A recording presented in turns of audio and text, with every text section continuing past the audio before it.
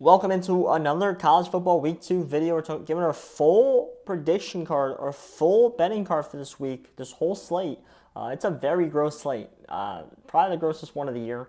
It's just one of those weird slates in week 3 when the non-con games get ugly. There's not really great ranked versus ranked matchups. There's no really conference games this week. It's like one or two maybe. So not the best week for betting for predictions. I'll still talk about the big games. I'll give my prediction for those. I'll tell you what I'm betting, I guess. That's not a lot. I don't really love sides today or this week. Maybe some more totals, but I haven't really. I don't really know all my totals yet. 2 days out. If you want to know, maybe drop a chat and I'll let you know. But let's get right into it here. Friday night, UNLV at Kansas. The line was 7, jumped to 9. Not betting that one, but I think it's going to be a good game.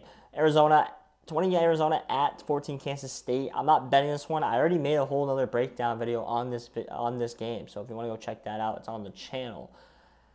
Begins a Saturday in the big Fox 12 or noon kickoff here. On Fox, it's number 4, the Alabama Crimson Tide take on the Wisconsin Badgers in Wisconsin. Bama's laying 16. Now I played Wisconsin plus 16.5. For a half a unit. And I only played it because there was one 16.5 out there earlier this week. Only one book had it, and I thought the number would come down a little bit more. So I did play it, although you could probably still find 16.5. I'm probably not adding to it. I'll probably just let the half unit ride. And the reason why I played this is because Bama's got a very, very young secondary. Very young secondary. And I think and his veteran quarterback, like Tyler Van Dyke, like there was guys running wide open when they played Western Kentucky against USF. Now they play this Wisconsin team with a veteran quarterback in Tyler Van Dyke. And I know Tyler Van Dyke probably isn't the best veteran quarterback in the world. I mean, this was a guy at one point was getting first round hype. Not anymore. That was so long ago. But I think he should be able to hit an open receiver if he sees one.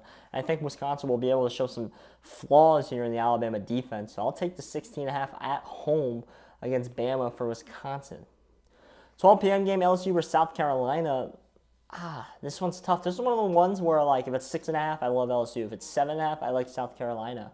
That's why I can't bet it. Like, that's just, to me, it's just not enough value to bet it. So I'm passing on it. I mean, I'll watch it on a side channel, but don't love anything to do with it. Memphis, Florida State is literally the same exact thing. I like it. Florida State's minus 6.5. I like it at Memphis plus 7.5, and therefore I just can't bet it again. It's a very unfortunate, very weird scenario here. Cincinnati at Miami. I'm so mad at myself I didn't grab 2.5 earlier in the week. It's now 3.5. I like Cincinnati in this game. If you look at it, Cincinnati's on the road at Miami, Ohio. Yes, this is somewhat of a rivalry game, I guess. But Cincinnati looked pretty good. I thought Sorsby looked really good last week. I thought this team looked good in the trenches, and they just ran out of gas at the end of the game, and Pitt came back and won. And I didn't downgrade Cincinnati at all. They're playing a Miami Ohio team now on the road who lost to Northwestern on the road. And I think this Cincinnati team is way better than Northwestern offensively. I think they're way better in the trenches. I like Cincinnati in this game. I think they win this game, and I think they cover. I'm probably going to play this. I haven't yet. I'm trying to get the number down. If it falls to 3, I'll probably play it. Stays 3.5. I'm not playing a full unit, but I will be playing this game. Give me Cincinnati minus the 3.5. Another 12 p.m. game, North Texas at Texas Tech. I'm playing the under here, actually. 69.5 is just way too much. I get it. Texas Tech's a swamp donkey. But ever since they made it so first downs doesn't stop the clock every time on first down, totals over 60 have been hitting at a really high clip towards the under. So if you're giving me almost 70 points, I'll gladly take the over. The under. I will gladly take the under. So give me the under for North Texas, Texas Tech in that game. Boston College, 24 Boston College at 6 Missouri on 12:45 on the SEC network. I already made another video about this, so if you want to go check that out, go check that out on my channel. That's a ranked versus ranked matchup. Don't have a play, unfortunately. We move on to the 3:30 slate where Notre Dame, number 18 Notre Dame, takes on Purdue in the CBS window. I almost played Notre Dame, but then I stopped myself because I went back and I remembered that Notre Dame also lost to Marshall one year very badly. And then the next week they were on the road against Cal. They were laying about 9.5, I think it was 12.5, and they won and didn't cover. And that's what stopped me from laying the points here, even though I do think it's an overreaction. I think they are 10 points better than Purdue, but will they come out and play like they are 10 points better than Purdue? I don't know. Texas A&M, so I don't have a play in that game. Texas A&M's at Florida, and this one I've been on the fence about playing. It's just so gross to me. It's Texas A&M on the road against Florida. Who's playing at quarterback, right? And how good is Texas A&M anymore? Because Texas A&M lost to Notre Dame. Notre Dame now lost to Northern Illinois. So how good is Texas A&M, and how good is Florida? We know Florida's not great, but now who they play at quarterback? The plan is to play both Graham Mertz and DJ Lagway for Florida. It's just too many question marks. It was 4.5. I was leaning Florida. I still am leaning Florida, but I missed the number. So me, I just can't bet it now. I'll probably be watching this game, but I just can't play it. But I do lean Florida. Washington State, Washington, I bet the under 56.5. I think there's only one left in the market. I think the rest is 55.5. I bet under 56.5 is just a system play in the fact that teams in neutral site under. So I'll take it. I'll bet it. It's worked out very well for me. I think it's 2-0 so far. Or 2-1. I think it's 2-1 so far on the season. So I'll bet this one here, under 56.5 for Washington State at Washington. That's a 3:30 game. Another under in the 3:30 game, West Virginia at Pitt. West Virginia -2. I lean Pitt. I like Pitt. Pitt was 5.5 earlier in the week. I loved Pitt at that number. Missed it. But now it's 2. I can't bet that. Missed the number. But I like the under 64.5 for the same reasons I'm betting under 69.5 in the Texas Tech North Texas game, and the fact that total's over 60. We're hitting at a good clip. Since the changing of the rules. So I'll take under 64.5 for West Virginia at Pitt. We now move along. There's a big dry window here. At 6 p.m., FAU takes on FIU.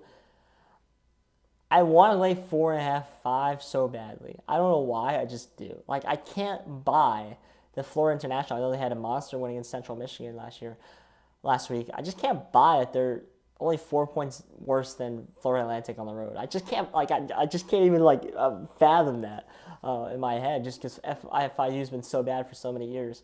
And I want to play it so badly. It might be a personal play, but I'm not going to give it out officially.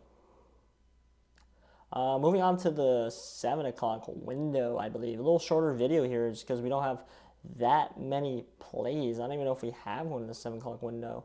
Let's talk about Colorado State. I think Colorado's better than 7 points than Colorado State. I think that's pretty obvious. But the problem, I think Colorado State is really bad. I think North Dakota State is better than this Colorado State team. The problem is this game means so much to Colorado State. It means so much to them. They've had this game circled for a year. Everything they've done in practice was for this game.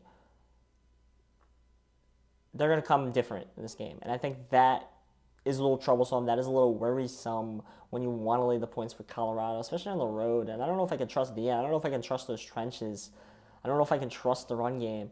So I'm not laying it. I lean Colorado. If I'm having a good day by this point, I might lay the points, but I just can't, as of right now, lay the 7, although I do lean that way. Last one here to talk about. Maryland. This is an 8 p.m. game. Maryland's on the road against Virginia. Maryland's -2.5. I believe Maryland's better than 2 points, 2.5 points. Everything in me is telling me Maryland on the road is better than Virginia in 2.5 points. This Virginia team is not good. They just went down to the wire with Wake Forest. I don't think this team's that good. Maryland went down to the wire with Michigan State and lost. I think Michigan State is way better than a Wake Forest team. That intrigued me to bet Maryland, but at the same time, I'm just it's just so ugly. It just doesn't feel right. I haven't laid it yet. I might lay one of those by the time comes if I'm bored or, how it goes. So I might lay one of those. Probably Maryland more likely than Colorado now that I think about it. But that's also another lean. So yeah, that is the full card. That is the full review. That is the full predictions. That is the full betting card for Week 3 college football. It's a gross, disgusting slate. Nothing crazy here. We don't even have any trends, really. We don't have our under trend yet on wind. We don't have our conference road dogs plus 9.5 under at 48.5 total. Isn't valid here either. So it's a tough, disgusting slate. But that's what it is. My name is Josh Wissey. Thank you.